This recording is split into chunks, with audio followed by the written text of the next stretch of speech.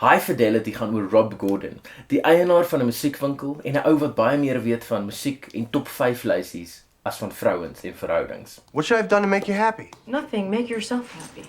Sy meisie Laura het hom pas gelos, so nou werk hy deur sy top 5 breakups om te kyk of hy sy eie tekortkominge kan identifiseer.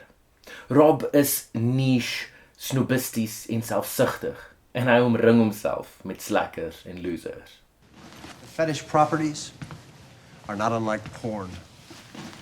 I'd feel guilty taking their money if I wasn't, well, kind of one of them. Hy en sy winkel skop vas teen verandering en het vasgehaak in 'n gemaksone. And all I've done is change jobs. Clothes and hairstyles, attitudes and friends. I couldn't go to work with my hair dyed pink. You're hard. Right? You have to allow for things to happen to people, most of all to yourself. Stupid. At least you used to talk about the future, now you don't even do that. Nou nooi hy die gehoor ten volle saam om die wêreld op sy manier te sien, deur direk met die kamera te praat wanneer hy musiek en verhoudings vergelyk en lysies opstel. My desert island. All time, top 5 most memorable breakups in chronological order. Dan ontmoet Rob die sangeres, Marie DeSalle, en weens sy romantiese fantasieë oor musikante, verhef hy haar onmiddellik tot onmoontlike standaarde. I want to live with a musician. She'd write songs at home and ask me what I thought of them and maybe even include one of our private little jokes in the liner notes. Maar ten spyte van Marie ontwikkel Rob 'n antagonistiese obsessie met Ian, die nuwe man in Laura se lewe. What? Ian died! Wat naderhand vir Rob konfronteer en dit duidelik maak dat hy moet vrede maak daarmee dat Laura aanbeweeg het. I thought maybe we should talk, sort things out. I don't want any more bad blood between exes. I'd like to believe that if she decided that she didn't want to see me anymore, that I would respect those wishes. Ons het al van Rob se kinderagtige tienerverhoudings gesien. My relationship with Allison Ashmore lasted for 6 hours. For 2 hours after school, before the Rockford Files, for 3 days in a row. Maar hy het nog nie veel meer volwasse geword intussen nie. Slut. Wanneer ons later uitvind dat hy vir Laura verneek het, Hey, Rob. You. besef ons hy is skuldig, sleg en selfsugtig. And now you want to have a little chat about rejection. Well, you, Rob. God, she's right. I broke up with her. I rejected her. That's another one I don't have to worry about. I should have done this years ago. En weer eens as hy terugkyk na sy vorige verhoudings, dink hy aan Charlie as verhewe bo ander mense. She's in the phone book. She should be living on Neptune. She's an extraterrestrial, a ghost, a myth, not a person in a phone book. Omdat hy die verlede romantiseer en van haar foute vergeet het. How did I manage to edit all this out?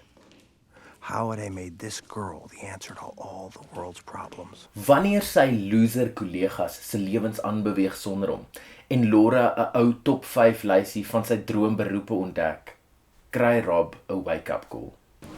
I'm sorry. Hy begin aksie neem om doelwitte te bereik. Sy volgende top 5 lysie oor Laura is skielik positief en onbaatsigtig. Hy begin 'n platemaatskappe en help jong musikante om 'n album uit te reik. It's just that you're making something. You, the critic, the professional appreciator, put something new into the world. I mean, the second one of those things gets sold to someone, you're officially a part of it. Congratulations, Rob. Teen die einde van die fliek, wanneer die verhouding weer herstel het, maak Rob 'n mixtape vir Laura. Full of stuff she'd like. Full of stuff that would make her happy. For the first time, I can sort of see how that's done. Hy het vrede gemaak met die verlede eerder as om dit te romantiseer. Hy het verantwoordelikheid aanvaar en neem nou aksies wat nie net homself gaan gelukkig maak nie, maar vir Laura ook. Net na hierdie advertensiepouse praat ons oor Scott Pilgrim vs. The World. Hou jy daarvan om gereeld na dieselfde kanaal se video's te kyk? Probeer die subscribe knoppie en bly op hoogte van nuwe video's. Selfs beter saam met die klokkie en like knoppie. Inteken knoppies is bo baas. Rob, thank you for the enthusiastic intro, but we're no longer called Sonic Death Monkey. We're on the verge of being called Kathleen Turner Overdrive.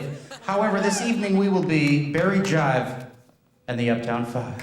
Okay, let's start with Launchpad McQuack. That's not the actual title of this. In Scott Pilgrim vs. The World is Scott Pilgrim 'n werklose slacker wat baie meer weet van videospeletjies, popkultuur en basgitaar speel in 'n rockband as vrouens en verhoudings. Sy meisie het hom 'n ruk gelede gelos, so nou gaan hy uit met 'n hoërskoolmeisie. Knives Chow. Scott's mourning period is officially over. He's totally dating a high schooler. Dating a high schooler is the mourning period. He's got a point. Scott is 'n selfsugtige ou en het nog 'n reputasie as 'n onverskillige rokjagter. You know what? Maybe it's high time you took a look in the mirror before you wreak havoc on another girl. You're too good for him. Run. Sorry, you were saying about me? Selfs 'n videospeletjie sê vir hom hy's bad.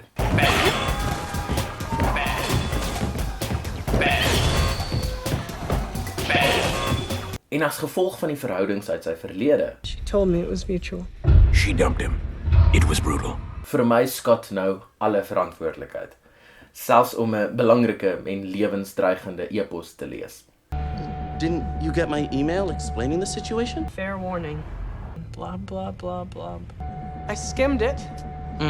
Of om met een meisie op te breek, voor hy met 'n volgende een begin uitgaan. Then you should break up with your fake high school girlfriend. I've never been so sure about something. Then you should break up with your fake high school girlfriend. You of all people should know how sucky it is to get cheated on. Want dan ontmoet hy vir Ramona Flowers, die letterlike meisie van sy drome.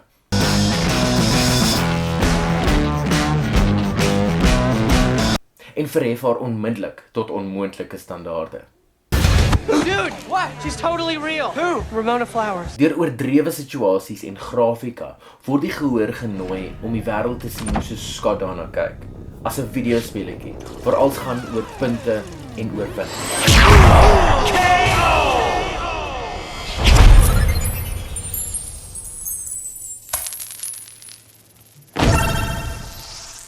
Sweet.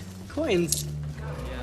En Scott vind uit dat hy deur 'n lysie moet werk en Ramona se 7 bose ekse moet verslaan om haar liefde te wen, want sy het self geraamd is in die kas. I heard she kicks all kinds of ass. She's on another level. She has men dying at her feet. She's got some battle scars, dude. Haar vorige verhoudings was dikwels kinderagtig of eksperimenteel en sy het self nog nie veel meer volwasse geword intussen nie. It meant nothing. I didn't think it would count. It meant nothing? I've dabbled in being a bitch. I can see how it sucks. Having the past come back to haunt you. They'll have baggage. Die vuisgevegte beteken dat Scott uiteindelik aksie moet neem en verantwoordelikheid moet aanvaar vir dit wat hy wil hê en sy foute uit die verlede. Nie dat dit maklik is nie. Did you speak to Ramona then? What? No? Not that I care. You should go talk to her before she's gone. Thanks, Kim. And I really don't care. Wanneer Ramona terug is by haar 7de ex, Gideon Graves, sonder dat sy eers met Scott opgebreek het, is sy eerlikheid en emosionele kwesbaarheid nie meer genoeg om haar terug te wen nie. Hy gaan moet die krag van liefde aanvaar. Because I'm in love with her. Scott earned the power of love.